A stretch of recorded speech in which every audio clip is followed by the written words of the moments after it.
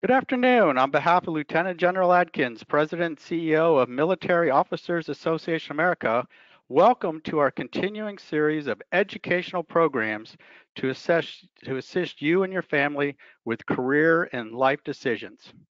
I'm Brian Anderson, MOA's Senior Director for Career Transition Services, and we are pleased to have you with us today. As a reminder, MOA, our primary mission is advocacy. And what we advocate is for a strong national defense and on behalf of currently serving members, those that have separated and those that have retired with their military pay, compensation, and benefits. We truly put the people first, and our motto is never stop serving. In addition, through this COVID-19, we hope that everybody out there is doing well, staying safe, maintaining your social distancing. So that's why we're having this virtual event today is to come to you to share information that is going to be able to help you. We also too have a very in-depth website out there that provides the very latest on the coronavirus news, resources, and updates. And you can find it by going to the main MOA homepage and then looking for Corona resources. In addition to our advocacy, we're also continually working for you on our behalf. We have two charities. One of them is our MOA Scholarship Fund. And as you can see, we've helped over 14,000 students with $140 million that are out there. In addition, this event today is being brought to you by the MOA Foundation, and you can see the four core areas to where we help support the military community. We encourage everyone to make sure that you go out there and to help us, to help you by donating today. Now, since we've had to transition a little bit from our live events, we have started to build out our calendar with a series of virtual events. Here you can just see a few of the upcoming virtual events that we have on our calendar. In addition to that, you can find more and register for all of our events by clicking on the link. Once again, if you go to the MOA website and go up underneath events, you will be able to find all of these virtual events that we are bringing to you from our MOA subject matter experts under career transition, under finance, under military benefits, and also under our VSO program. Now, let's get to the main event. And this is truly what you have been waiting for. And what you've actually been waiting for is that call or that email or that correspondence from your employer. Well, the wait is over. Lightning strikes. And all of a sudden, you do get that call that says, we'd like you to offer you an opportunity for an interview. And now this is where I went on my first interview when I was doing my military to civilian transition. This is where I popped the bottle of champagne and said, all right, I scored my first interview. However, I would caution all of you, there's nothing quite that you're able to celebrate yet because you haven't actually landed the job. And for many of you, particularly you that are in the military, that are undergoing your initial military to civilian transition, you may have a little bit of look of dread on your face that's actually out there because you start to realize, hey, wait a minute. I really haven't had to interview for my positions. That's actually what my assignment officer did, or that's what actually came through when I got my PCS orders to where that next assignment was going to be. For some of you, this may be the first time in a long time that you've actually had to go out there and interview for a position. So let's talk a little bit about the purpose of interviews.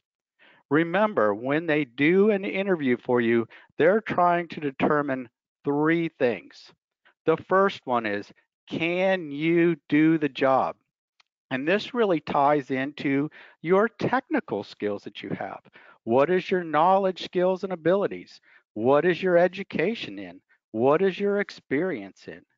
Now, oftentimes, can you do the job? The employer already feels you have some sense to do that because that's what they actually got from your resume and your cover letter that you put in for the position. So they're quite comfortable that you can do the job. Otherwise, they wouldn't have actually brought you in for that particular interview opportunity. What's the second thing they're trying to determine? They're trying to determine, will you do the job? This is a whole nother value proposition here. This is one to where you need to make sure that you're demonstrating that you are inherently have the values of what that company is actually going to be out there for.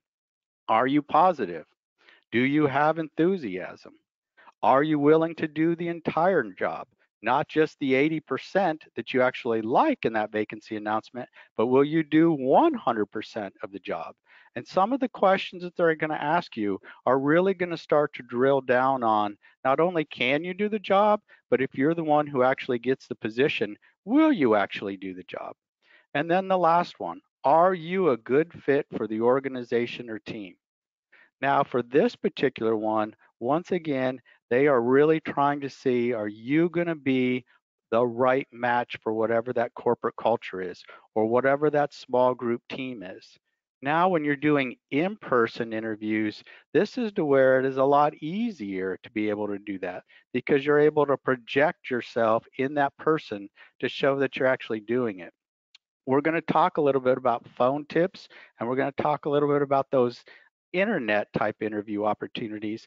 And that's going to be a little bit more challenging for you. So you're going to need to make sure that you really have your A game going when you're actually out there doing those interviews. So, as you're getting ready to prepare for that interview opportunity, as I already mentioned, if you get the interview, they already believe that you're actually qualified. I would spend the bulk of my time as opposed to looking at your technical skills and can you do the job to start doing your homework on the company itself. Research the company. Go out to LinkedIn and follow that particular company or group. Find out what are the trends within that particular industry or sector. For instance, if you're putting in for a position at the Marriott Corporation, you're going to want to go out there and see what Hilton is doing. What is Hyatt doing? What is their competition doing? So that way you understand some of the unique challenges that they have and how you're going to be able to solve some of the problems they have. You're also too going to want to find out who is actually going to be interviewing that you. You want to go out and check them out on LinkedIn. Find out what school they went to. What is their background? You may even find that you have something in common with that helps you make that connection again for are you going to be a good fit for that organization or for the team that is out there. We often talk about this in our military career that that's the intelligence preparation of the battlefield. That is what you're really doing here is you're preparing for that interview. You're also going to want to go back and really take a look at review the job description. Now, hopefully when you completed your resume, you not only tailored for the industry and sector, but you targeted to that particular position itself. Now, you want to target your interview the same way that you actually did for your resume. So by studying what's on that vacancy announcement, it should give you a good idea in the cliff notes for what type of questions are coming. This way now you are able to highlight why you are a great fit and why they should hire you. Because I would like you to think about it this way. Most employers are only going to bring in 5 to 7 people for that actual interview opportunity. That's all that they really have time to do. They may have winnowed 100 people down to their top 5. Now this is where it truly becomes a competition for you. Why should they hire you? What makes you unique? And if you spend too much time just focused on can you do the job, remember that's your technical skills, you are actually going to really put yourself in a situation to where you're the lowest common denominator because everyone else you're competing with can also do the job. The differentiation is going to be will you do the job? And then are you going to be a good fit for whatever that team is or that organization? Here is a tool that we have put together at Military Officers Association of America to help you as you're getting ready for those interviews. We recommend that you put yourself down to 1 page. And I know that's tough for some of you out there that have maybe had a 30-year military career. or maybe have had a 20-year military career and already have had 10 years in the civilian sector. But you really need to distill it down to this. Have again, what are your hard skills? Hard skills are those technical things. I was a B 52 pilot in the Air Force. So for me, aviation was my hard skills. I had something that I could take to the airlines, to Delta or American, to say, I can fly airplanes. That's a hard skill. Now, just about all of you out there that are listening today also have numerous hard skills that are actually out there in various different types of positions, whether that be acquisitions, whether that be logistics, whether that be a comptroller, whether that be in finance. It really depends upon what your background is that you actually had in the military, or if you're a military spouse, that maybe you have had throughout your military spouse career as well too.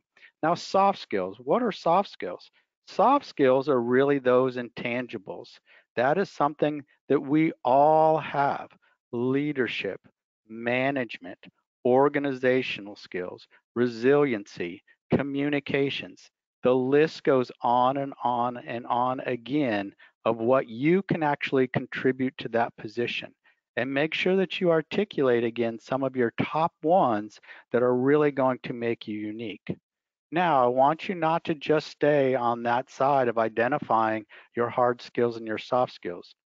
You need to move across and take a look again at what are the 5 reasons to hire me. Have those ready in your hip pockets. Have what I can do for you. Have your accomplishments. Now look down below. See that reel that's actually there? That actually means you need to have 3 stories ready to go that you can then translate some of those specific skills that you have into a story. The technique that we talk about when you're actually organizing your thoughts to translate into your message that you benefit to the organization is using that STAR technique: situation, task, action, and results. And as you're bringing those together, you want to make that as efficient as what you possibly can in your answers.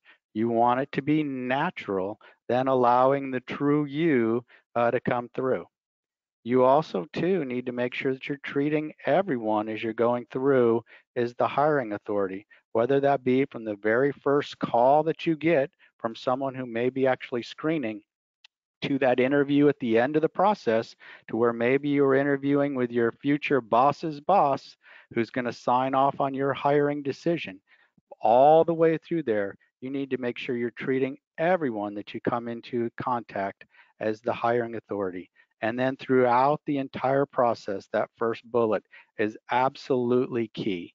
You need to make sure that you're demonstrating enthusiasm for the position, interest for the position, and again, displaying your confidence that you are able to come in there and perform from the very first day.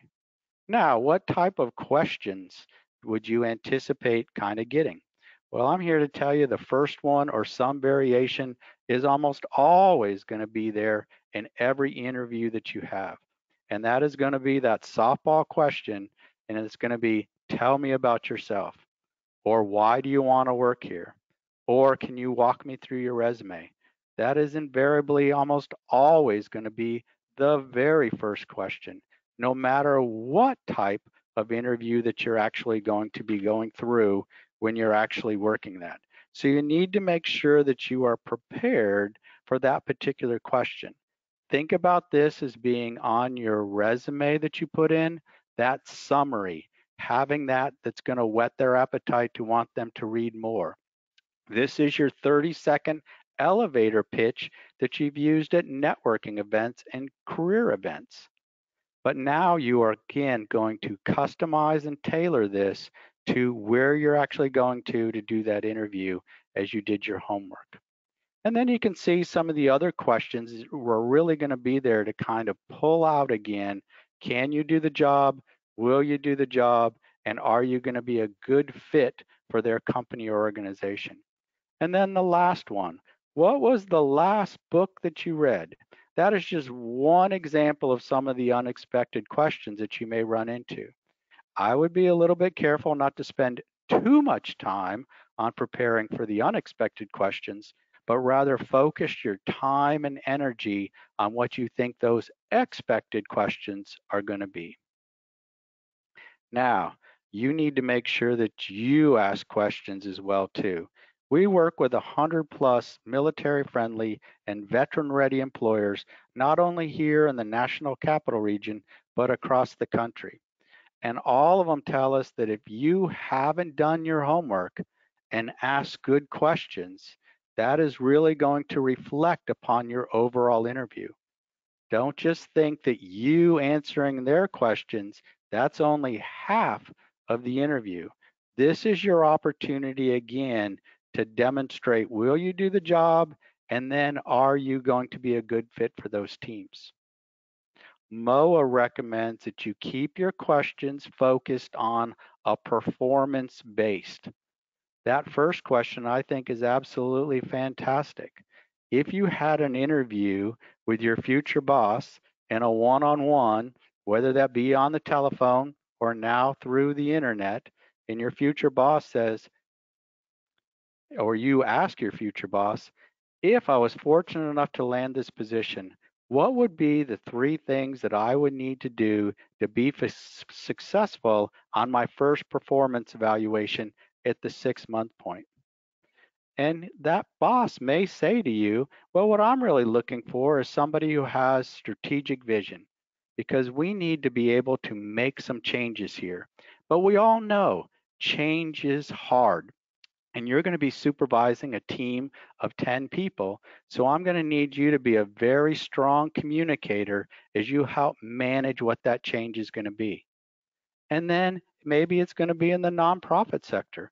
And in the nonprofit sector, sometimes funding can be a little bit tight.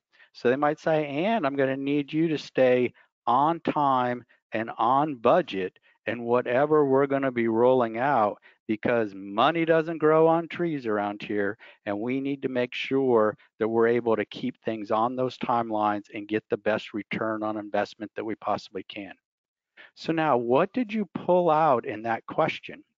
You pulled out lots of information because if they answered your question that way, you can now use that either on future interview opportunities or on other questions as you're actually going through the process.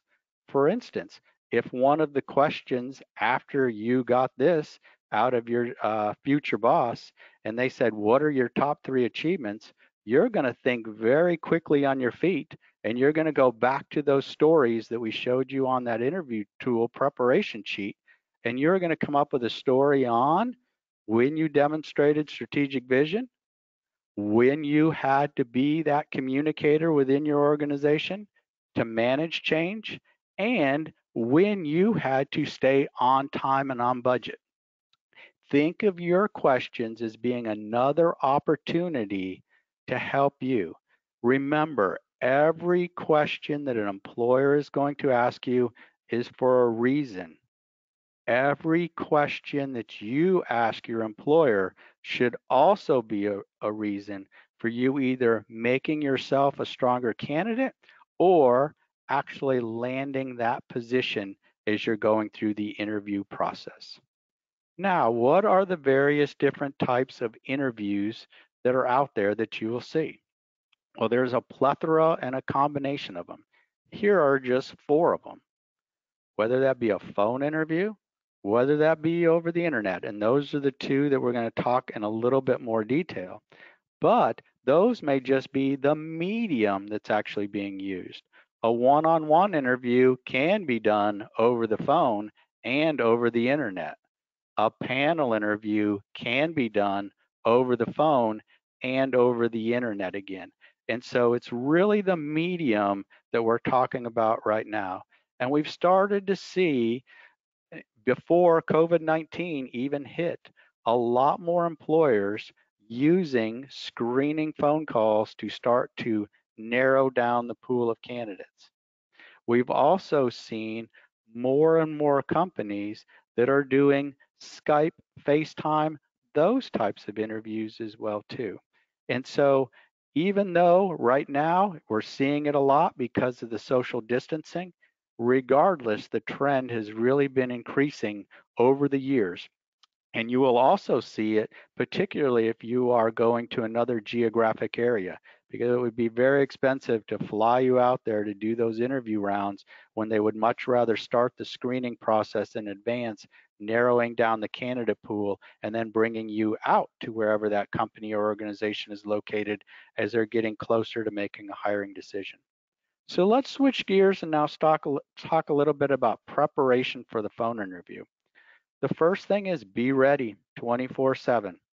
I have 15 people that work for me here at MOA, and so I'm a hiring manager. And when I'm going through the hiring process, when I was calling my candidates for interview opportunities and to start that screening, I always called them either at the beginning of the day or at the very end of the workday. You might ask, why, Brian? Well, because during the other hours, I was actually doing my real job, which is actually, again, being that senior director in the career transition services or supporting our member service center with all of the calls, correspondence, and chats that we get, which is upwards of about 1,000 per week. So our team can be very busy in that. So I was doing operations during the normal duty hours. I was doing my additional duty, which is hiring people to come in on the margins of that. Now, hiring is one of the most important things that I would be doing. Now, I would encourage all of you too to make sure that you're watching your phone manners as you get those unknown callers, and please have a professional voice message that is actually out there. I have actually made screening phone calls and have listened to the voice message and made a decision right then of whether I was going to actually bring them in for an interview just based upon the professionalism of what that voice message was. Because here again at Military Officers Association America, customer service is at the top of our list and member engagement. And we're a professional organization and we're only going to have professional people that are going to be working for us. So I would encourage all of you go out, take a look at what your current voicemail message is, and then you might want to make some modifications to it as you're actually going and being involved in the hiring process itself. In addition, phone interviews, it can be a huge advantage to you because if you're doing a one-on-one interview, it's much tougher to have copies of your resume in front of you, the application, the vacancy announcement. You should have your schedule there because oftentimes what they're going to follow up in is actually going to be when can you come in for an in-person interview or when can we do a Skype or FaceTime interview. And so you want to make sure that you have your schedule readily available as you're doing that. And so having a phone interview, having all of those tools can be a great way to help you as you're kind of doing it. Now, during the interview itself, make sure that you optimize the quality of your voice and project enthusiasm. Those are two critical things. That's all that you really have. You have, again, that's the context that they're actually getting from you. I've also done some interviews to where people have been very monotone on the phone, didn't project that enthusiasm. And again, it made me start to think, okay, they're technically qualified, but are they going to be, again, the right person who I will be bringing in to answer our membership calls that are also coming in via the phones. Please, too, eliminate all distractions. What do I mean by that? I would recommend that you make sure that you go into a quiet area to actually conduct whatever that business is actually going to be. It is very distracting for the other person on the phone line if you are having challenges, again, of doing it in a public setting or having dogs barking in the background. Or for some of you, it may even be children that are in your house that you're having to take care of. Try to make sure, again, that you eliminate whatever distractions. You want to make sure that you are in business mode. Remember, the person that called you for that interview is not calling to chat. It's not conversational. And it's not that you're going down to Starbucks to have a cup of coffee. It is actually business mode determining whether you, again, are the right candidate as they move forward in the process. Make sure that you listen intently. Oftentimes, there's going to be a lot of instructions given to you at some point in the phone call. And again, that could just be scheduling what is actually going to be next. You also want to listen intently for when they actually start to embed some of their questions, so you don't have to ask them to repeat that question or to get clarification. Answers should be under 2 minutes if possible. And that is where you want to make sure that you make it very conversational. Some of the questions may be a little bit in depth that they may be asking you, but make sure again that you're using concise, fact filled sentences, but then taking a pause to see if the person who's actually interviewing on the other end has a logical follow up to that or would like to know more about that particular area. Again, keeping it concise is going to be key as you're going through that process. And then the last thing is don't rush your words. Don't feel like you have to get everything that's actually out there. And then make sure, again, you use that to your advantage. Have notes readily available. Please don't read your notes because then that comes off a little bit scripted to the person that's doing the interview. You want to come across natural, but you certainly do want to have, again, some notes that are there to help guide you to keep those answers, again, fact filled and on point. Now let's actually switch gears to internet interviews. And what are some of the do's and don'ts that go along with this type of interview that you're getting? The first one is make sure that you download the interview tool. Are you ready? Oftentimes, that is going to require you to download, again, some type of device, some type of application. Now, when we started this webinar right at 2 o'clock, I noticed that there was about 20 less of you at the very beginning. About 20 of you joined us at some point after the webinar had already initiated. Some of that may have been because in advance you didn't actually download the WebEx or the GoToMeeting software tool that we have, or test the equipment in advance. You're also too going to want to make sure that you do test that equipment. Is your Wi-Fi reliable? Because that is going to be critical, again, to making that first impression that you have. You may want to invest in a headset. You see that I'm wearing a headset today.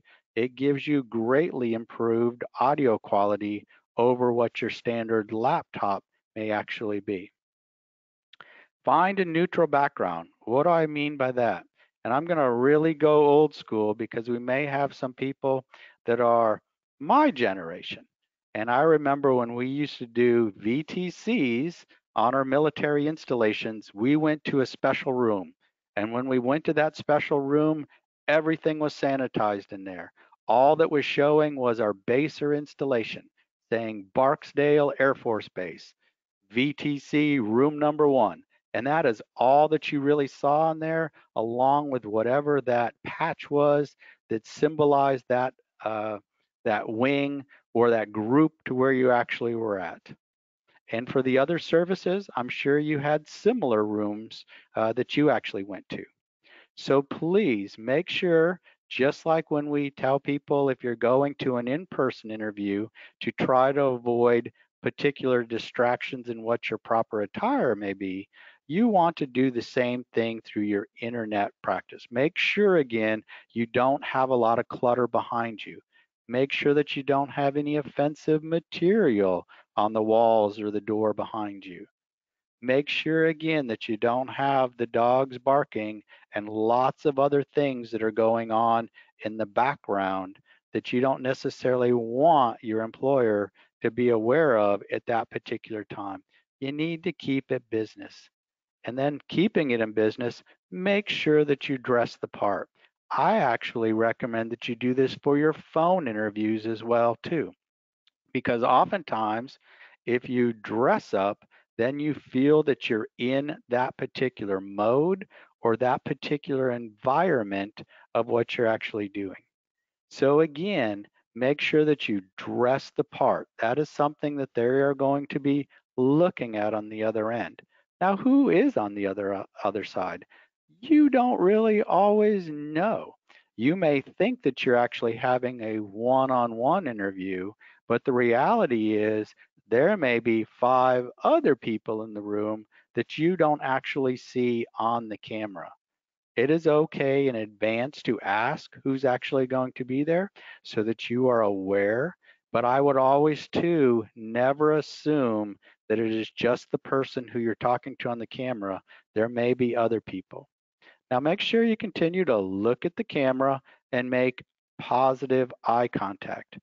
We teach that when you're doing your in-person interviews, particularly when you're doing a panel interview. When you're doing a panel interview and you can do this technique, even when you are doing it on an internet, if somebody from the panel asks you the question, make eye contact with that person. Make sure you're scanning for the other people that are on the room so that they feel that you're including them into the answer to your question. And then close by going back to the person that asked that question, make eye contact, close out your answer, and then go back to scanning again for who may be asking that next question. Then make eye contact there. Also, be mindful of your posture as you're going through the process, and never, ever, ever forget to smile. It goes a long, long ways in making the particular situation that much better for you if you're smiling and showing that positive enthusiasm once again. What are a couple of don'ts? And you probably have picked up on this already from some of my comments. Please don't do it in a public space. One time we were doing a live webinar event, and it was one to where everybody was able to have voice features that were actually there, and somebody did it from Starbucks. And the person that was in the Starbucks failed to mute their microphone, and as they were up there ordering their latte, everybody else that was online couldn't hear anything because all we could hear was the background noise that was actually in Starbucks. You also, too, aren't going to get any privacy in a public space. So when you do these interviews again, make sure that you're in a private location. I talked about this one at the very beginning. Make sure that you download that interview tool in advance. Don't be late. I logged on about 15 minutes early today here to make sure that I was ready to do this virtual event for you. I wanted to make sure that I was going to be punctual, that Moa was going to be on time, and that we were going to start promptly at 2 o'clock. And so if they set that interview time for that time, you need to make sure that you're up on whatever that tool is so that you can start. Remember, who you're interviewing with tend to be busy people, and again, that's starting to demonstrate how you're actually going to be as an employee. Are you going to be the person who's going to be on time or early? Or are you the type of employee who's going to be fashionably late?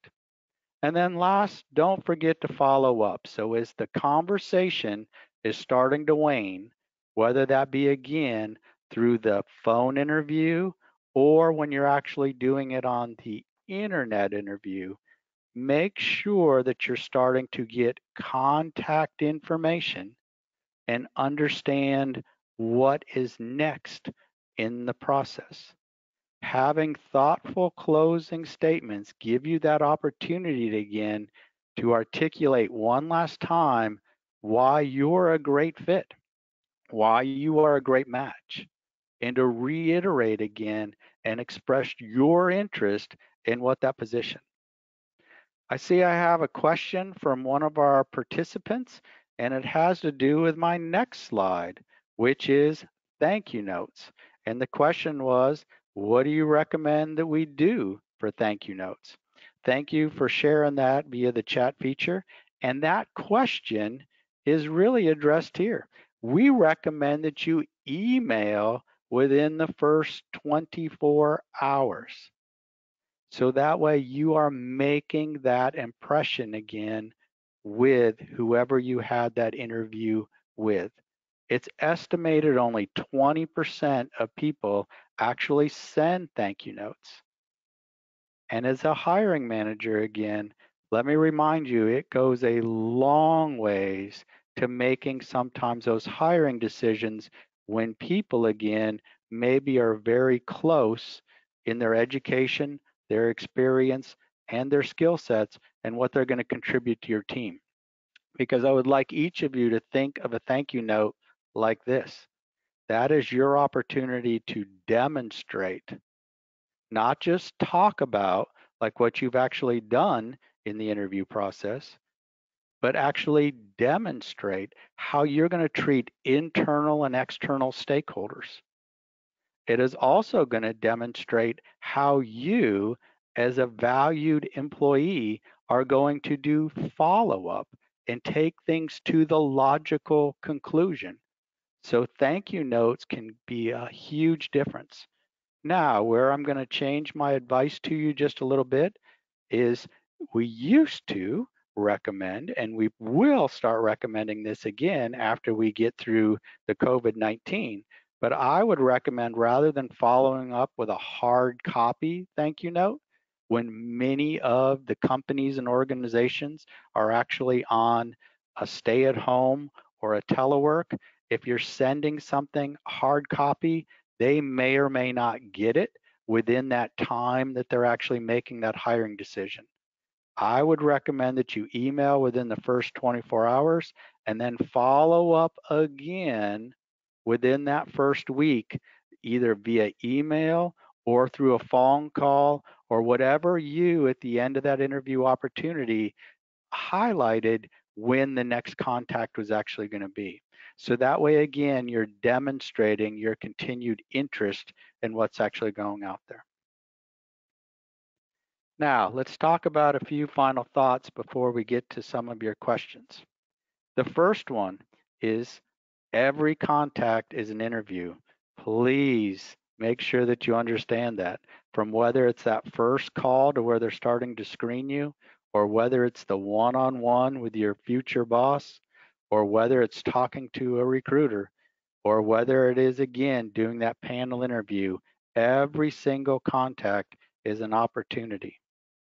The second thing is everything you say and do is being observed.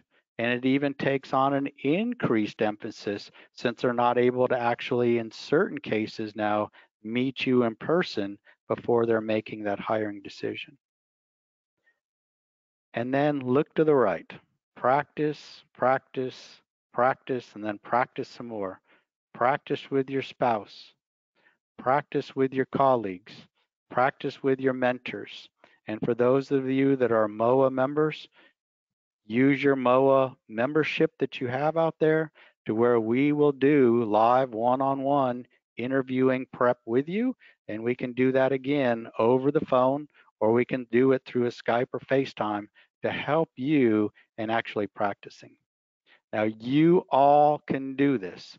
I know all of you can do this. All of you are skilled at what you do. All of you have done great things throughout your military career and as a family member supporting the service members. You can do this as you're going through this interview opportunities of what you're actually doing. All right, we are now going to open it up for a few questions. And the first question that I'm taking out there is from a participant that says, how many interviews with a company or organization does it actually take to land a position? Well, that's a great question because it really depends. For instance, if you're a position within the federal government, oftentimes it's a one and done. You might get that screening phone call or an email saying your interview time is at this particular point, and that is your one and only opportunity to actually be able to sell yourself. So you need to put yourself forward in what you're actually doing.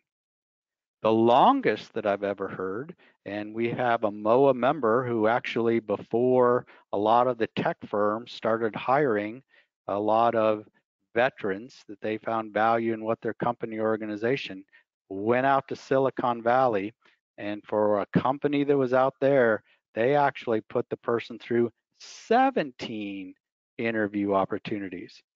And he passes along his story that each step along the way went very similar to where they looked at the resume, they looked at the cover letter, saying, I don't really understand what value you have. People are saying great things about you, but I just don't know if you're going to be a good fit for our company organization. And then had to sell himself on that position. And the actual position that he was interviewing for was actually to stand up a veteran hiring program within that company that he actually landed with. And once again, it took 17 interviews to actually do that. So there is no set answer on how long that's actually going to be. For many of the ones that we do here at MOA, we start out with a screening interview, and then we go into a virtual if people are out of the local area, and then we follow up with a third interview in on some of our cases with either the human resources team or with whoever is next within your particular company organization, such as going up to the vice president to make that particular decision. So there is no set amount of time or interview opportunities that are actually there to determine what that's actually going to be. Next question. Who are you actually interviewing with on all these different steps of the way? I said it could take one interview or it could take 17. Well, it really kind of depends. Each company organization is different. If you're going out to a big defense company such as Lockheed Martin, Northrop Grumman, the first contacts you actually might make within their company organization is going to be a recruiter. And the recruiter is actually looking at a list of vacancy announcements that are out there, and again, trying to find candidates that they can then forward into the hiring manager, then to take to the next step to actually bring you in for more of those in-person interviews that you actually have.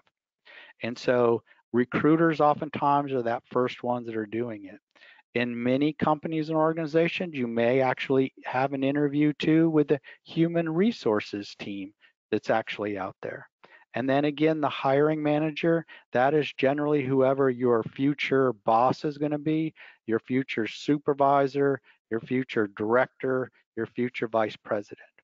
And then generally, you often are going to have two, depending upon what level that you're coming into the company organization, you may have something higher than that too.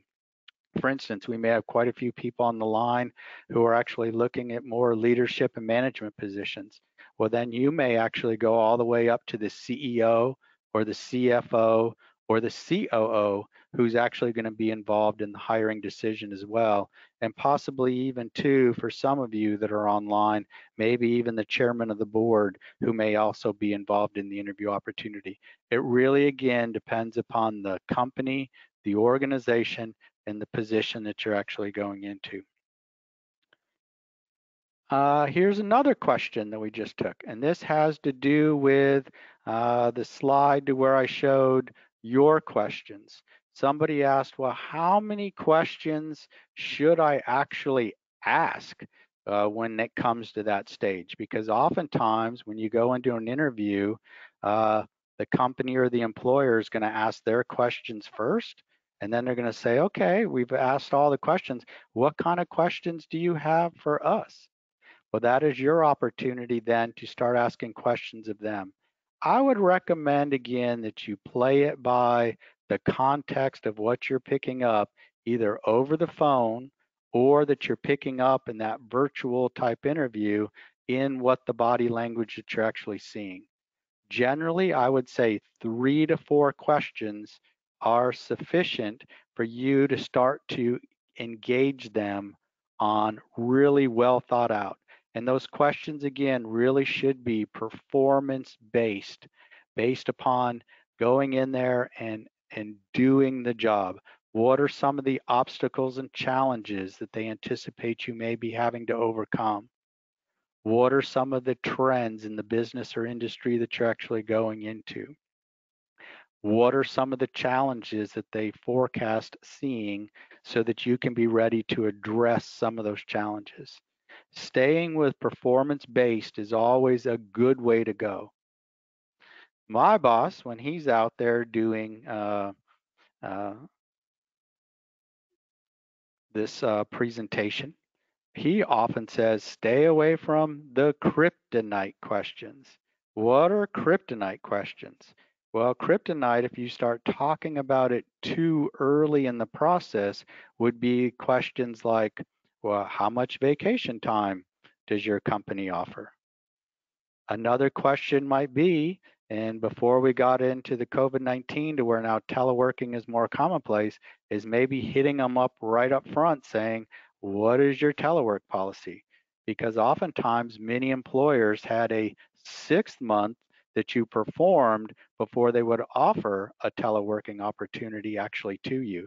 And by you bringing up teleworking too quick in the conversation, in your questions, it might make the employer start to think, do you want to come here to work, or you actually want to come here to get vacation time and to get more time off?